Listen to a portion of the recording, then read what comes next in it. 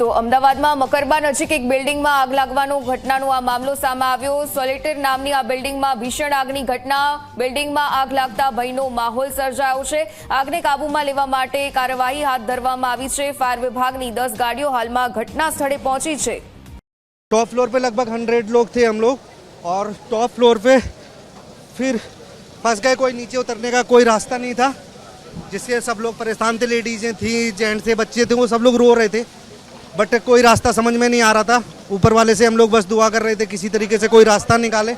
तभी थोड़ी देर में 15 से 20 मिनट में फायर ब्रिगेड के लोग आ गए और उन्होंने आग बुझाने का काम शुरू किया। अभी हम लोग सभी लोग सुरक्षित हैं, किसी की जान माल को कोई खतरा नहीं हुआ है। ऑफिस में बैठा था, काम चालू હતું તો સિક્યુરિટી વાળા કાકા બોલાવા આવ્યા કે આગ લાગી ગઈ છે, બધા ફટાફટ નીચે ઉતરો। તો આગ લાગવાને કારણે લિફ્ટ બંધ હતી, તો લિફ્ટ નીચે ઉતરવામાં ધુમાડો વધારે હતો, તો બધા લોકો કે અગાસી પર જતા રહો, ટેરેસ પર જતા રહ્યા। લગભગ અડધો એક કલાક જેવું બધા ઊભા રહ્યા અને ફાયર બ્રિગેડ ટાઈમસર આવી ગઈ હતી અને આગને કંટ્રોલમાં લઈ લીધી હતી। કોઈની જાનહાનિ થઈ નથી।